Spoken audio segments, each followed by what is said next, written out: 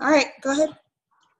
Okay, I want to thank Susanna for being on the call tonight. I had kind of posted in the Diamond group some topics that our team was looking for, and she was all over that and said, I can take the Fun and Engage Challenge group. So I was like, girl, you can have it. So we kind of, I don't know, her and I have been around for a while. We've kind of been on the same track. So it's been awesome to see her and her business grow and do this thing together. So thanks so much for being on, and I will kick it over to you. There we go. So hi, everybody. I'm excited to be here on your guys' team call tonight. And, you know, Lindsay had talked to me about, doing challenge groups, and something I really enjoy doing as a coach. So I'm excited to share with you guys 10 quick tips. So I'm going to do a quick screen share. That way. There we go. Can I get a thumbs up if you guys can see that? Okay. All right. So, like I said, I was going to share 10 quick tips on like making your challenge groups fun, keeping them engaged, and just having fun with them yourself. So my first tip for you is be excited. Don't run a challenge group for the sake of running a challenge group or feel like you have to run a challenge group. Don't run a paleo 5-day eating challenge if you like eating peanut butter and processed foods, right? Because I think people, especially challengers, if you're not into it and you're not excited about whatever group it is you're running, that comes across. Like people can feel that fakeness right off the bat, and they're not going to participate, and they're not going to be excited about it because you aren't. So I say whatever you do, make sure it's something that you like, something that you're into, and make it fun. So be excited, share your enthusiasm, and have fun with it. So number 2, participate, right? And I always say this all the time, do not hootsuite and forget. It's kind of like my phrase, right? Now, I will caveat that I do use Hootsuite to do like some prompting posts, but that doesn't mean Hootsuite's going to run your group for you. Go in there, comment.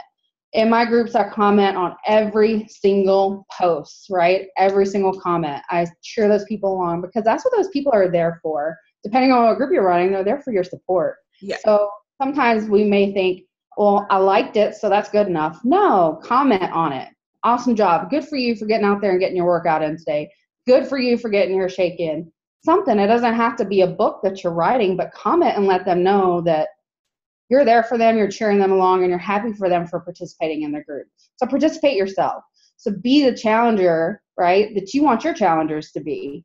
You know, if you're not posting pictures, you're not sharing your shake or whatever it is that you're doing, you're probably not going to do it either. So if you want that kind of stuff, participate and comment on everything.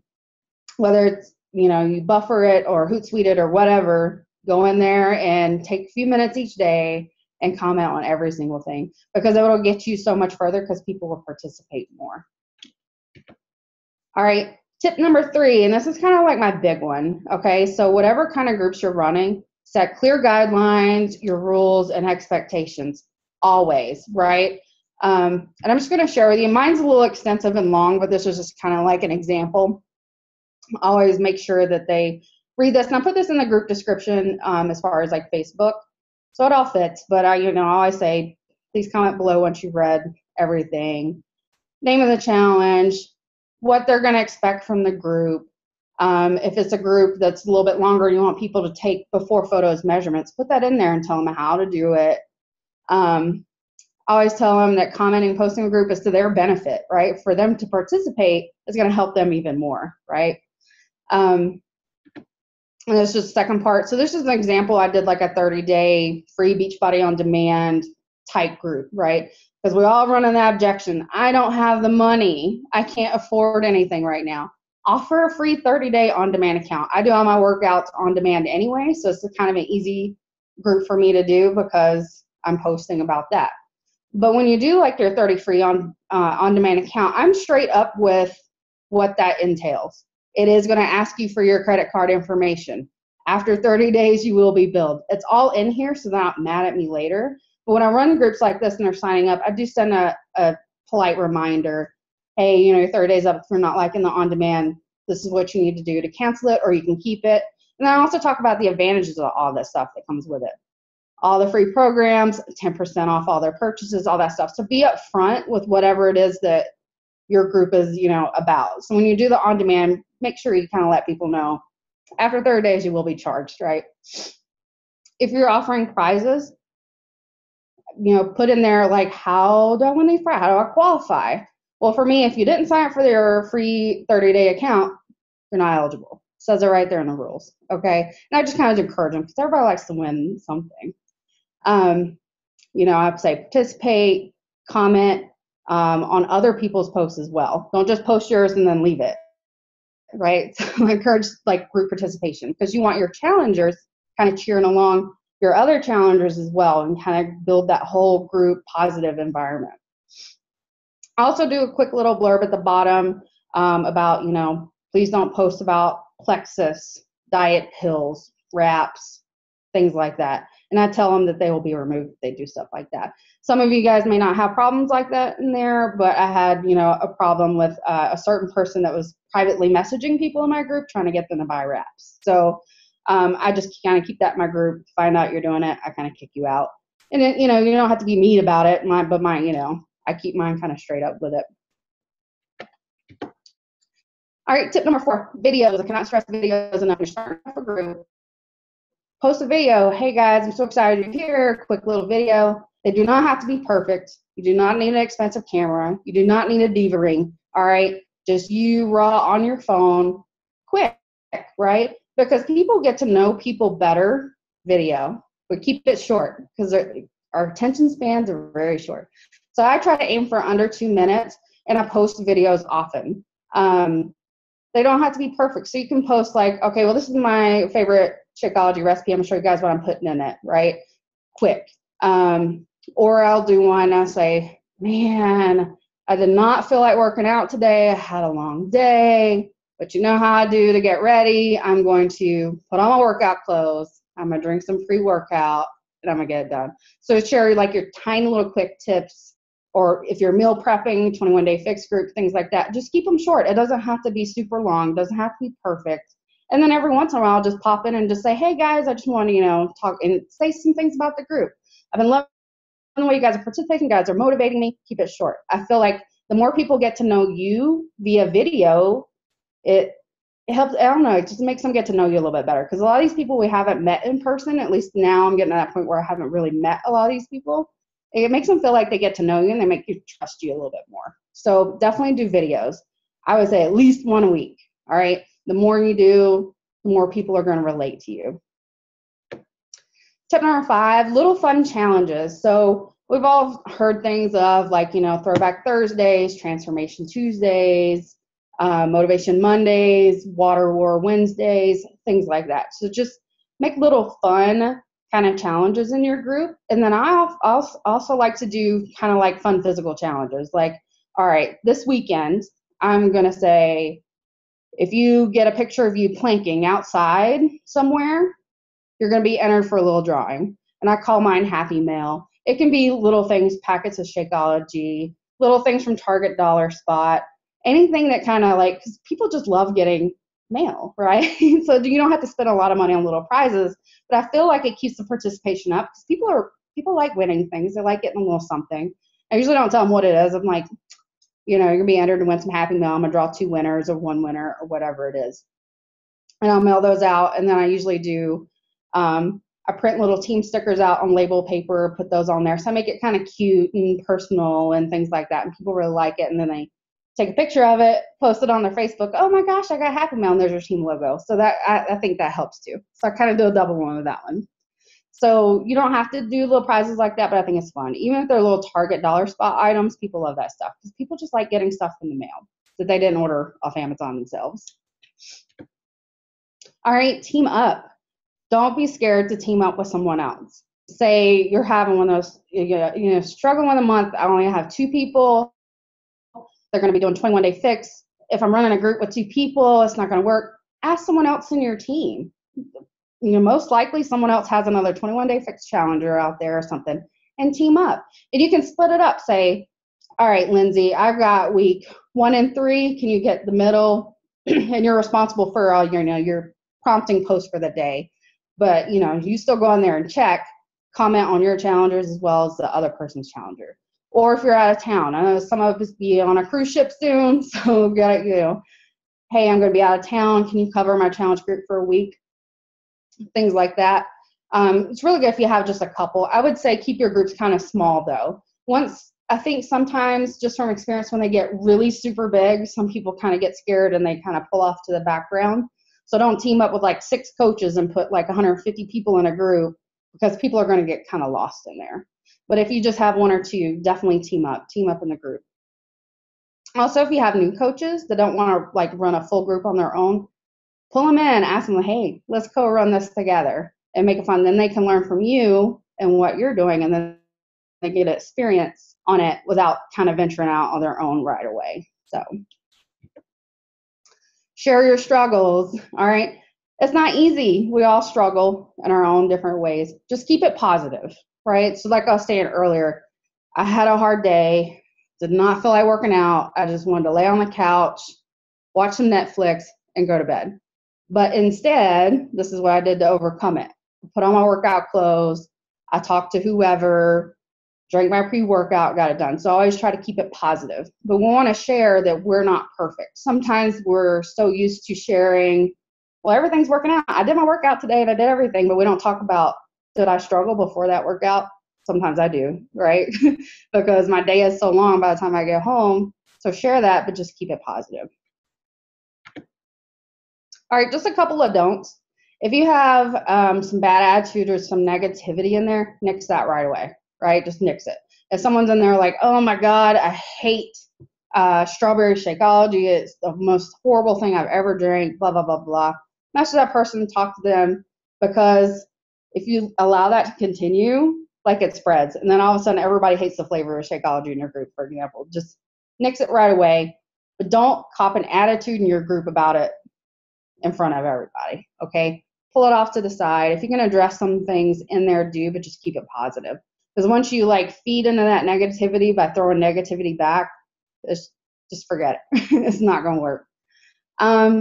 Say sometimes maybe you have like 8 challengers in your group. There's 2 people not participating. Don't post in the group, hey, where are this person and this person? Don't call them out. A lot of people do not appreciate that. Take the time to message them, ask them personally how they're doing, what's going on, are you struggling with something, have you started? Because some people will participate in the background, right? So then we don't want to automatically assume they're not. And some maybe life just came up and they're going to start a week later. But message them and let them know that you care, you haven't forgotten about them, just don't call them out in the group. And then, of course, don't get frustrated and give up. We've all had groups that at some point have fizzled out or nobody participated or just died out.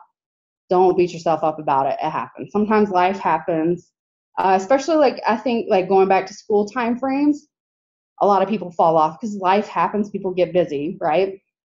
Just don't let that defeat you. Don't get frustrated. It's not always your fault, right? Because things happen. You can't make people participate. You can't physically take them and say, you will participate in my group. You can do things to increase it, but you can't make anybody. So don't beat yourself up and take it personal when they don't, okay? Tip number 9, get creative. You can Google all sorts of things like ab challenges, fun names, anything like that. So definitely just do some research and search around. You can also ask other coaches or teammates, what are you doing? Okay, well, I'm doing a March 22 hardcore boot camp for March or something, and they've got a creative name. Just be inspired by it, but I say don't copy completely. Make everything a little bit your own, but definitely get inspired. If you see something you're like, oh man, I love that Shawana posted this, I want to do something similar, but I'm going to call it maybe this. All right. So be inspired, but find what works for you. So don't run challenge groups just for the sake of running challenge groups.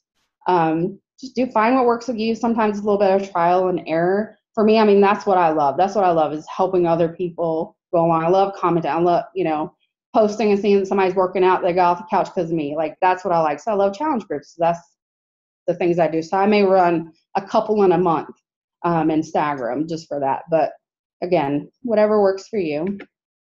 And tip number 10, have fun. If you're not having fun, your challengers probably aren't either, right? So again, it kind of goes back to number 1.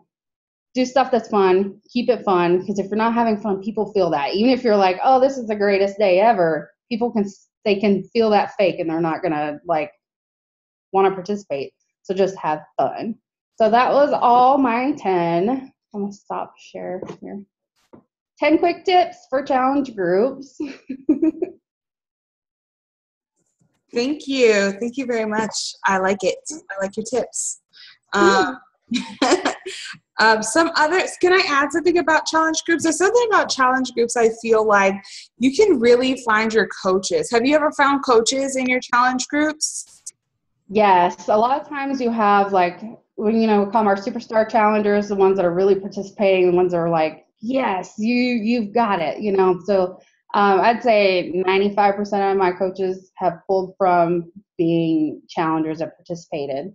Because even sometimes you may even find one that maybe just wants a discount. Then some are like, you inspired me. I want to run groups like this too. I want to help people. So I think, yeah, definitely from challenge groups. Yeah, I definitely noticed like my challenge groups that I run that I've had fun with, that I really put a lot of effort into and made sure that I was commenting on everybody's post and not falling off the wagon myself. I really found that those people really wanted to end up becoming coaches as well because they start getting results. And I really think it's important even in the group to ask certain questions just to see like where you might end up finding like a rock star coach. So thank you so much for your tips. Does anybody else want to add anything or have any questions at all? I'll add just that I stopped Hootsuiting altogether pretty much in my groups, and I use Asana now. Like I have the scripts in my Asana program, and so like I could be out running errands and it could be 2:00 and I need to post in my group. I can use the stuff out of there to copy and paste quickly, so it's not as scripted, or people can tell, because I mean a lot of challengers have told me I researched what Hootsuite is and I know that you didn't post that, like and so they felt like it wasn't genuine, and I'm like, I kind of thought that too, but we do have a job to do too, like when we're all busy people. So that was kind of my way to fix it, was to use Asana with the scripts in there, and then it looks like I just typed all that up, but and some of them I do more real time, but you can't always do that. Yeah, I agree. Like I'm all for, things to help you along because I use those. My schedule is all over the place all the time. But, kind of going to that point of don't have it auto set and then never go in there and then wonder why nobody's participating. So as long as you're using it, but then, being active in the group. So that's why I call it Hootsuite and forget, because I've personally been in a group like that. It was like, hello. Yeah.